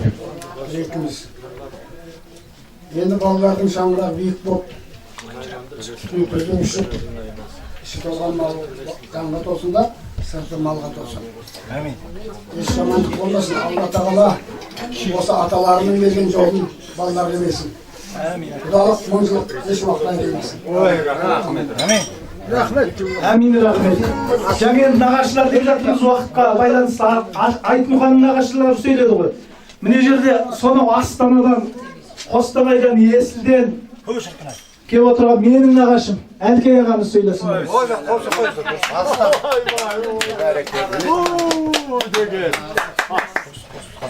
Сөз берді ғой әтті ойлап. Ойлаған жоқ өтім мен енді. Жаңағы мұна құдағидарыңыз Пәтік менің бала шағаларымды кішкене күннен баққан балдызымет. Пәрида, Пәтік дейміз ғой. Сосын мұна Алтай деген құдаларыңыз бұл бұрын енді жиенім болатын. Соңынан бажан болып кетті. Енді өзі мына жақ Жамбұлақ, мына жақ Төсбұлақ деген сияқты. Енді қай жағынан да осындай қарғатамыз қазақпыз. Қай жағынан алса да жақынбыз. Сонымен енді ат өксітіп, поезд жаңа Есілден келіп қалған жағдай бар. Самолеттің қанатын талдырып деген сияқты. Ал енді айтамыз енді аз шоқтан келіп беріп жатқан үлкен кісілердің баталары қабыл болсын. Енді айтады ғой, бата атадан бағалыдан деп, сол екі жаққа осы айтып жатқан үлкендердің баталары қабыл болып, бақытты ғұмырлы болсын. Енді Албан елі мен Найман елі құда болып жатса, енді қыз деген халық бұл екеудің арасында алтын көпір, ел мен елді қыз қосады, жол мен жолды із қосады дейді. Міне осы құдалықтарыңыз мәңгілік болсын, екі баламыз бақытты болсын, Алла тағала тойдан айырмасын, тек қана жақсылық болсын енді, қарақ келгендерің болсын. Көп көйт қаламыз. Ал аман болыңыздар. Болды ғой деймін, иә? Болады ау. Кешкісін айта білесің. Ал енді ағайын туғандар, рұқсат болатын болса, мынау ортамызда тұрған етті бақтың астын айтып алайықшы құдалары, иә? Оның орнына торт деп ғой, торт келеді екен, торт. Шай келеді, пәй келеді дейді. Етті бақтың астын айтайық, Алтай аға. Жақын сапсион құдаларыңызда қайрама. Ал төбе сіз бата жасаңыз. Әмин. Bismillahirrahmanirrahim. Evvel Kudayım oğurlasında, iş yamanlık olmasında, sakamlarına baylık versin, dinlerine sağlık versin. Dastarkan olsunday мәңгі жақсы тойға жайылсын. Алла нәсіп етсін, бір рахметке. Әмин айтқандары салы етті бақтала қойыңыздар, орнына шай келет бір отыстары қадірменді ағайындар. Тастап етіне домбыра келеме келмейм негізі. Сондықтан ғана Айтмұқаның бөлесі тамаша әнші бауырымызға кезек берейік. Мына жаңа Фариданың екі апай Монғолияда тұрады. Сонда үлкен бажамның баласы Семейден келіп отыр міне, дос бол. Ассалаумағалейкум құдалар, амансыздар ма? Келген қадамдарыңызға нұр бітсін. Атқон туған бөлесі. 2 жас бақытты болсын. Менің жаңа айтып отыр ғой, туған бөлем Атко. Құда теге ол сіздердің тойына Атко бақыт тілеп Семейден келіп қалдық. Құдалар, осы 2 жас бақытты болсын.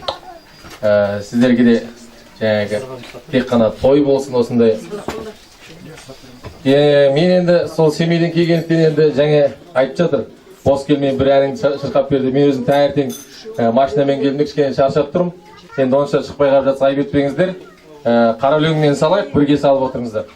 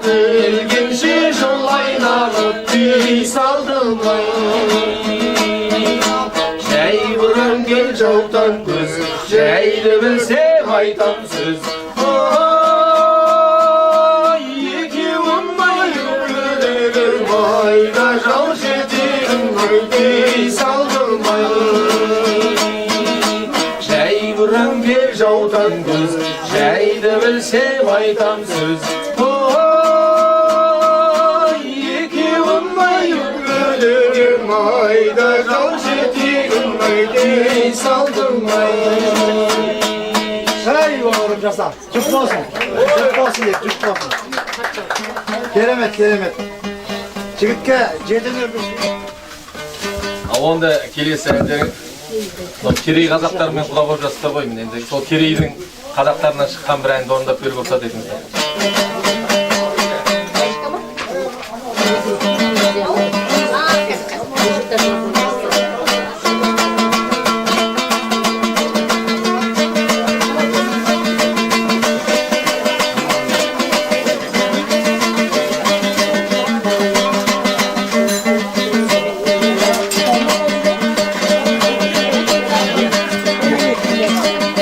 айтар болсам балалықтан бөлек алтайымның жондарында күндеген ақ ұйықтай тағалдымда сілкініп қарлышыңның қыранындай күндеген қайран есіл ұмытылмас шақтар-ай қолын бұлған заманымның өтіп бара жатқандай Креста саудай ауыздығын шайлаған қызда ұлда көкпар тартып ойнаған үй тұрсадай қарсы алдында қаймаған сүйсенімнің жолындай жайнаған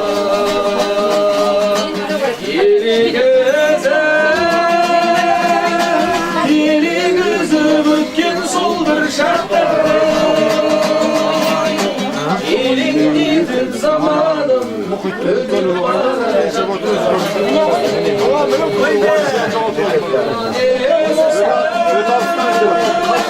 қайран есіл ұмытылмас шақтар қолын бұлғап заманымның өтіп бара жатқандай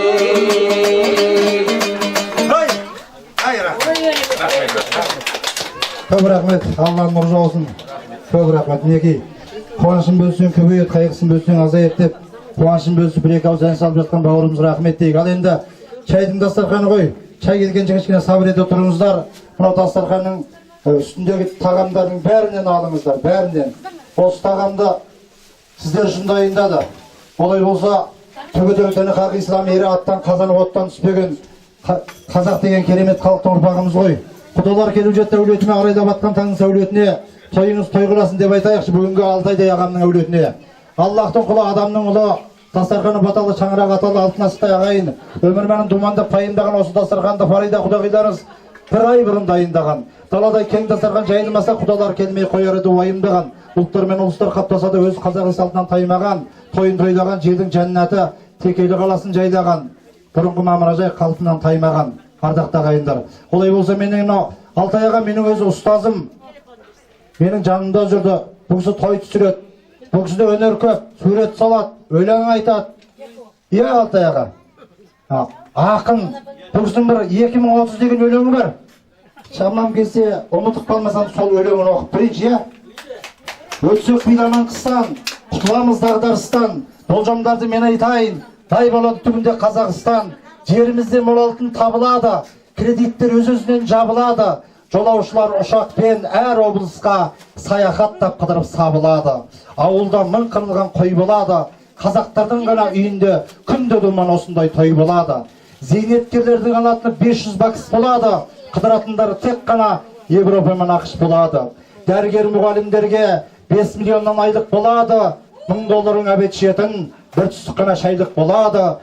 Жемқорлар жойылады, арықтар тойынады, соғымға әр қазақтың үйінде 2 жылқы 2 түйе сойылады. Ал үйленген жастарға пәтер тегін үй болады, әркімде көтеріңкі көңіл күй болады. Бос жатқан даламыз қала болады, жанұяларында 15-20-дан бала болады. Сол кезде бала-шағамыз мәз болады, үй басында труба мен газ болады. Әр үйде жайқалған бау-бақша болады, теңгеміз доллардан да құндақша болады. Жұмақ болар сол күніміз таза болар, сол кезде тіліміз, қазанымыз май болады, көңіліміз жай болады. 2030 жылы Алла қаласа қазақ елі, соның ішінде Албан елі менің керей елі крутой. Бай болады деп қой. Қос оқпайық, Алтай құдаларыңызға. Бұл кісінің өлеңдері көп, уақыт жоқ көп тұра айтпыз енді. Өлеңдері көп маған жаттап айтып жүрдеген. Ал енді қадірменді ағайындар, тойдың да сағаты жақындап қалды. Шай келгенше мына құдалар әулетіне келіп отырған үлкендердің бәрі сөйледі. Негізі осы Алтай ағам жақтан сөйлемегендер жоқ, бәрі бітті Алтай аға. Енді осы жаңа құдалар әулетінен келіп отырған ағалардың да бәрі сөйледі дей тұрғанмен де Айдананың папасы мен мамасын сөйлетейік. Ұят қой. Шаңыраққа келді. Жас кезімде осы жаңағы салған әндерді салып аудан сол мен ұққан жаңағы менің үлкен қызымның баласынан өлең айтып тұрған. Досқол деген жігіт. Семейден келіп тұр. Сол кезде сол менің балаларым, мына қарындастарым бәрі екеу-үшеу отырып, бәрі ақын айтатын. Қазір бәрі ауырып жүре алмай отыр. Енді мына жақта құдағи айтады. Сен өзің зыр-зыр етесің, бекау өлең айтшы дейді. Мен де айтамын сосын дейді. Сосын соған бекау өлең айтып тұрайын, шамам дейді. Келмесе аяғы. Үйге барып сүйіп отырмын, ияғы бір жұмыс айтып қойылды. Алжыған кішетін деп айтасың. Ол мен көтере берем. Шамаң кесе шауып көр деді құбағай. Шамаң кесе шауып көр. Ал енді. Көп айталғанға мына 85 жас қоймай отыр. Иә. Баяғы айтып, сегіндегі асау жүрек дейді ғой. Сегіндегі жүрекпен бірден айтқан не? Оны баяғы мына халыққа айтпаймын, сеншіл айтам ал енді. Қайым айтыс болады, қайым айтыс. Иә. Жоқ енді. Даусым жетеді. Айық деген едімді аялым жоқ-ау елесім бар тұлпар Микрофон керек жоқ дейді. аялым жоқ юашым сен бол-ау тіршілікте қолалар ай күні ойнайау бүкіл жалығар барады баяны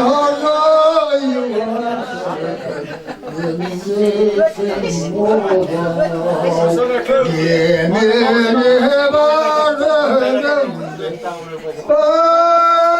сала вермейау көркөнемін еңсар дағдар ердей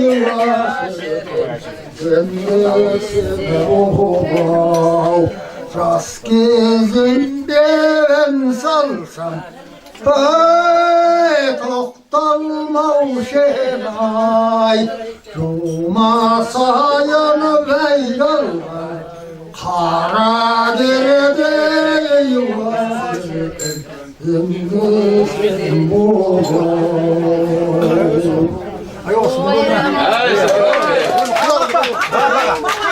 Ал енді адам жауап береді. Иә, міне.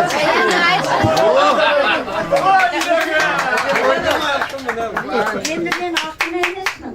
Ақын емеспін енді. Бір татар айтыпты ғой, 60-да жүрегімнің, 60-да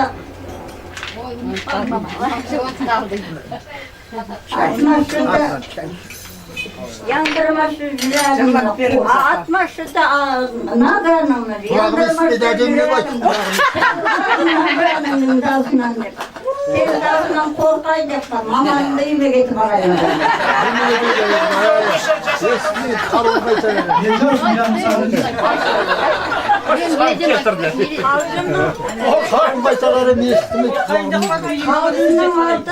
Қалжың болады, кейін шындап қалса масқара болып қалып тұрмайын, бала шаға маманда кетіп барайын.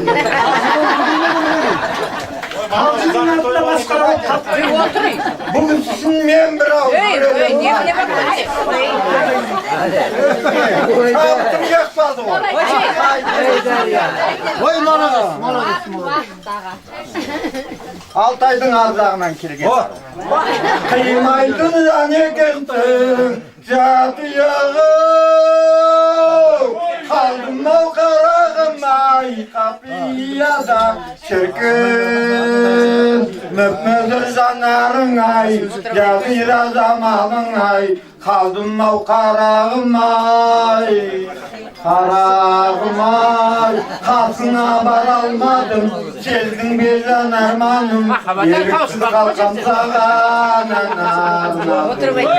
баяғы болсын сенің ұшарбағың қолыңды қосай түстіп алмадым шіркін мүп-мүдір жанарың ай жазира заманың ай Kaldım akılgat olmay, karağımay. Kasına varalmadım, çizdim gelen armanım. Eriksiz kalkan sağan anarmadım. Aldaylılarından gelgen arı, yalt yetip karanım, şimdi deru şükür. Mükmüdür yanarın ay, geldi yırarlamadın ay. Kaldım akılgat olmay, karağım ay. Kasına varalmadım, çizdim gelen armanım. Eriksiz kalkan sağan anarmadım. Mana apam için ayt.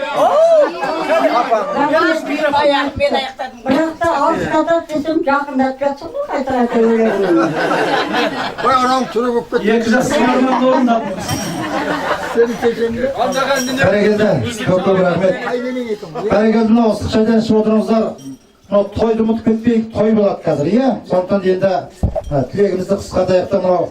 Осы әулетке айданадай қызды беріп отырған Құда мен Құдағиға берейік.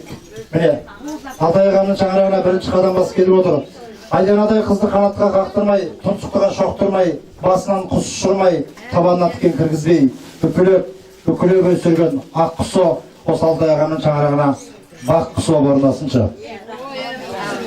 Сол айданадай қызды өсіріп тәрбиелеп, айдана кетіп қалған кезде айдананың мамасы онша-мұнша уайымдаған жоқ. Папасы қатты уайымдады. Өйткені мамасы да бір кезде сөйтіп біреу жұбатып келген.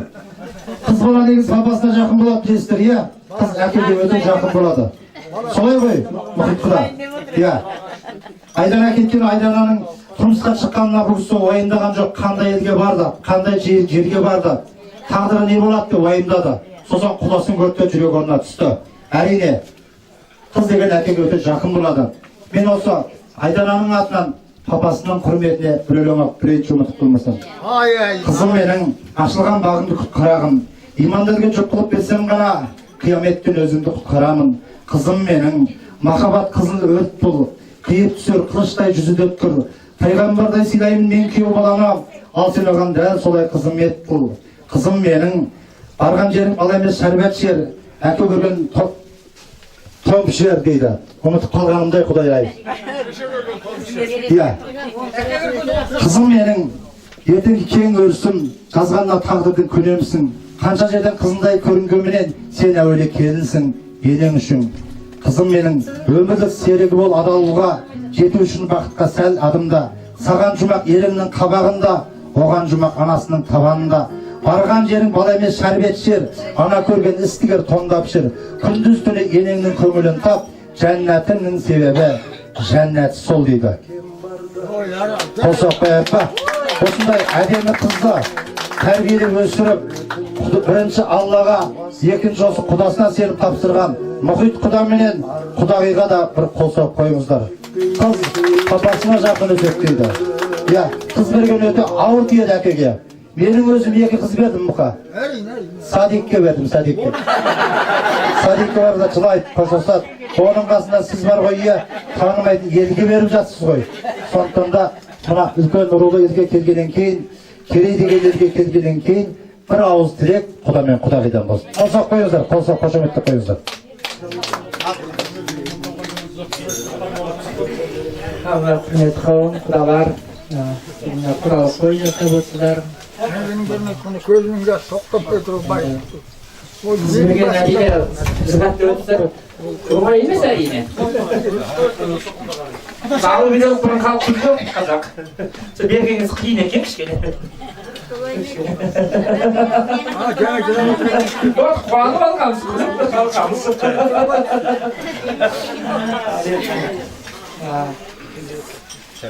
Құдағиымға қыз, біз берген қыз сіздерге келін. Сіздер қанша келін болғанмен бізге ол әлі өтен қыз бала әлі. Айтады ғой, кемпір қашан қыз болады деп. Ол 4 күнде барғанда қыз болады дейді. Сол айтады, қыз келді деп айтады.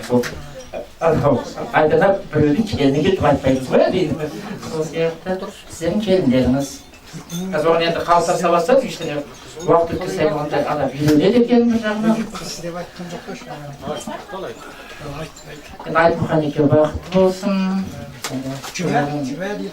Қол ұстаған қолдар мәңгілік.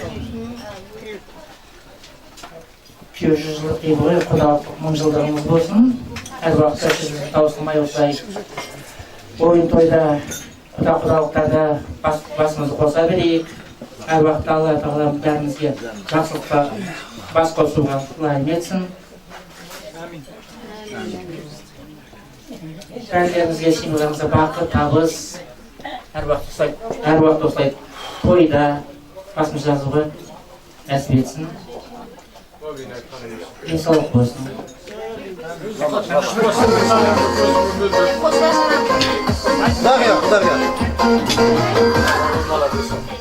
Құрмет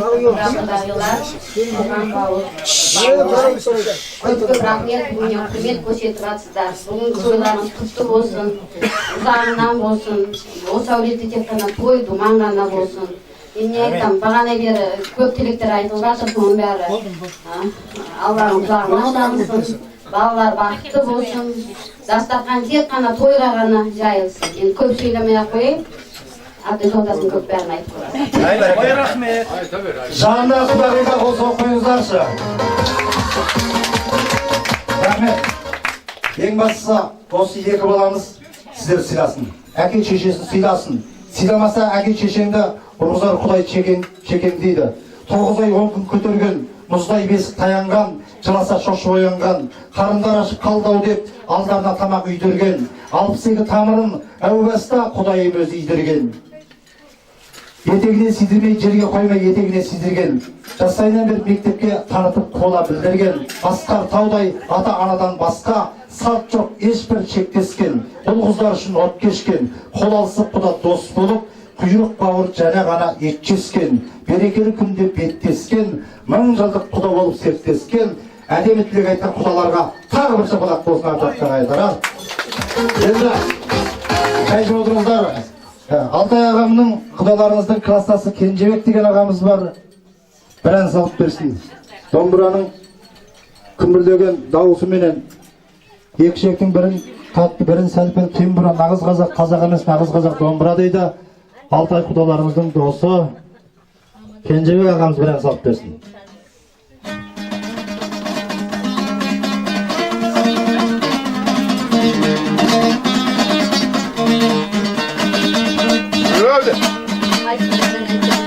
Үңгімейден шығады-ау, айқайласам-ау, несін әнші болайын ай-айы, айта алмасам ай сәулем-ай.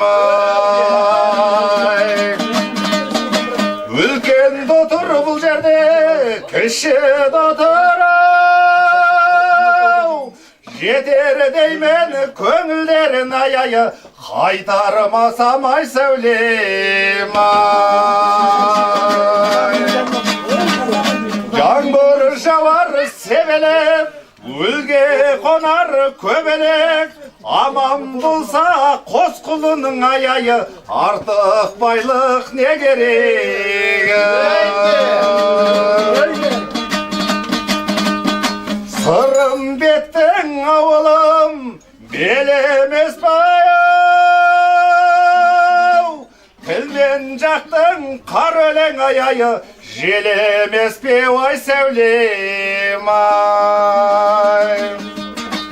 Жақсы жайсаң бас қосып отырғандай-ау, бір-екі ауыз ән салсам ай-айы, жөн емес пе ой сәулем-ай.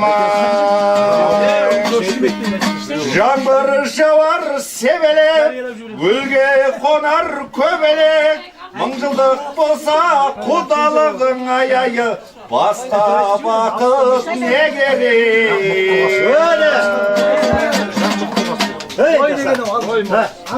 Жаман айттыңыз, бетке айттыңыз. Енді нағашы ағасы келіп отыр, Аманбек аға, бір-екі өлең айтыңызшы. Фарида құдағиларыңыздың кенже бауыры, сонау Көкшетаудан келді.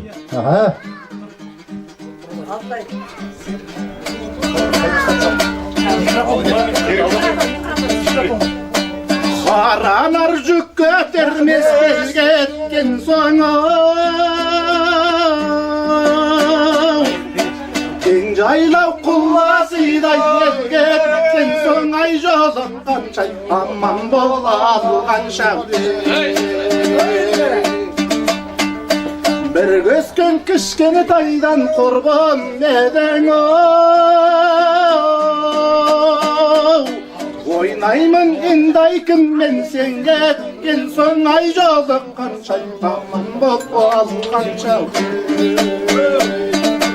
кекілін кескен кератым ай бидайдан өскен бекзатым ой жанымда бірге жүрген жайдармансың ай жаутаңдағы көзіңнен айналдым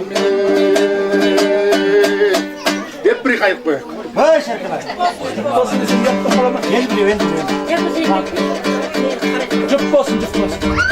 Ал арқаның әнен маңырап.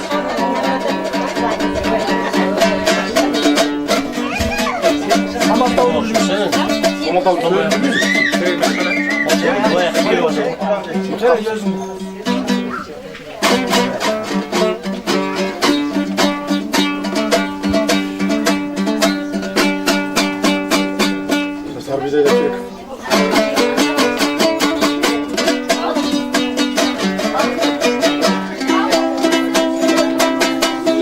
біздің ауыл сұрасаң бел тұрғанда ерте шықсам ауылдың ой жетемін бай сарбидай сағындым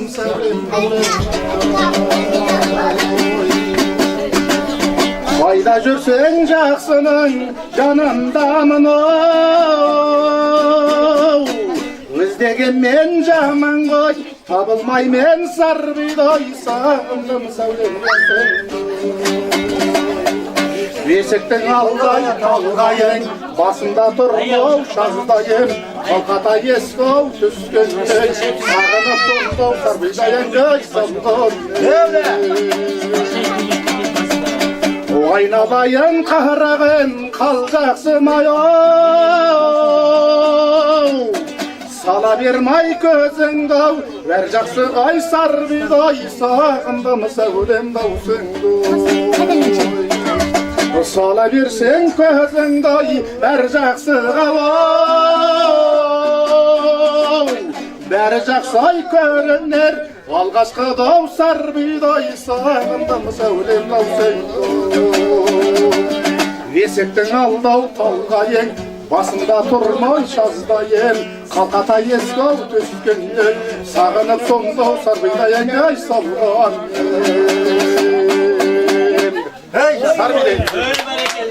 Керемет. Фарида жеңгемізден басқасын бәрін жекен ғой Құдай-ау. Ал енді көп рахмет. Құдалар нағысы бірдеңе айтам деп отыр. Аға, айтасыз ба?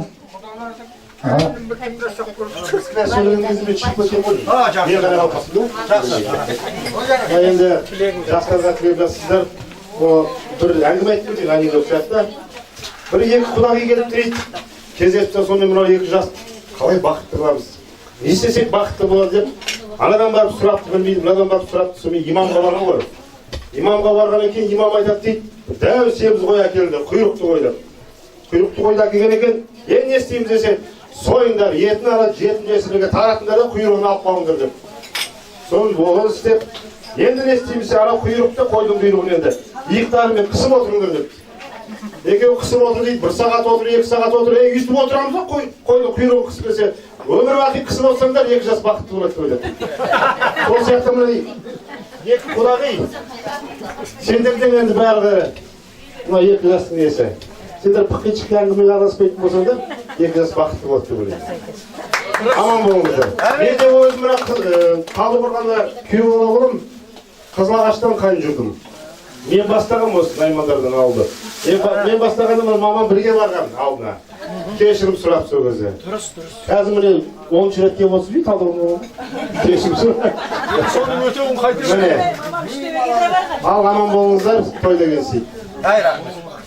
Ал көп рахмет, баршаларыңызға көп рахмет. Қадірлі ағайындар, енді кешкі сағат 3 болды, түскі сағат 3 болды, тойымыз басталады дейді. Мен енді бұрын мектепте мұғалім болғам. Қазір анау әрбіреулер сияқты үкіметтен айлық алмаймын. Жерде жатқан байлықты алмаймын. Мен ет жаппаймын, етік сатпаймын. Сонда мен не істеймін? Басқалардан қаланба, той басқарамын. Ақша керек мағанда. Мен жесем жылқы жеймін, оны жесем жылқы жеймін. Онан қалса сиыр жеймін, сиыр жегізімді бейімдеймін. Онан қалса тауық жеймін, екі аяғын шауып жеймін. Мен не жесем де біреудің несібесіне қол сұқпай, өз несібесін тауып жеймін ағайындар. Ойламаңыздар, асабаның жұмысы жеңіл деп. Мен міне тойдан тапқан ақшамнан қарағанда сіздер үшін қашанда төгетін терім көп. Мұның бәрі әзіл қалжың базына, ырза боламын көбіне де азына. Той дегенің біле білсең қазаққа, таусылмайтын тәңір берген қазына. Алдаяға, бәрі сенің туысың, бәрі сенің тынысың. Құдалар сіздерге көп рахмет, бітті менің жұмысым. Тойыңызға шақырсаңыз, қуанамын, барамын.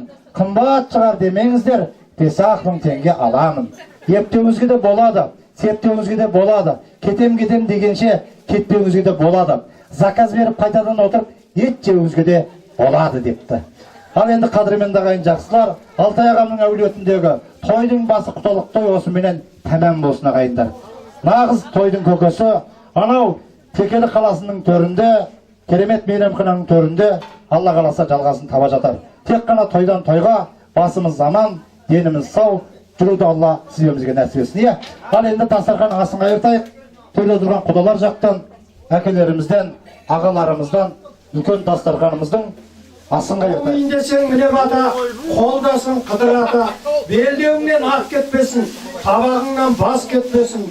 Құдайым жарылқасын, әйегің арылмасын, кетпес ырыс берсін, кең бейіл берсін, кеткеніңді келтірсін, кемтігіңді толтырсын, Алладан не тілесең қабыл болсын. Құдайым оңдасын, оңдағаның белгісі, 1000 саулығын қоздасын.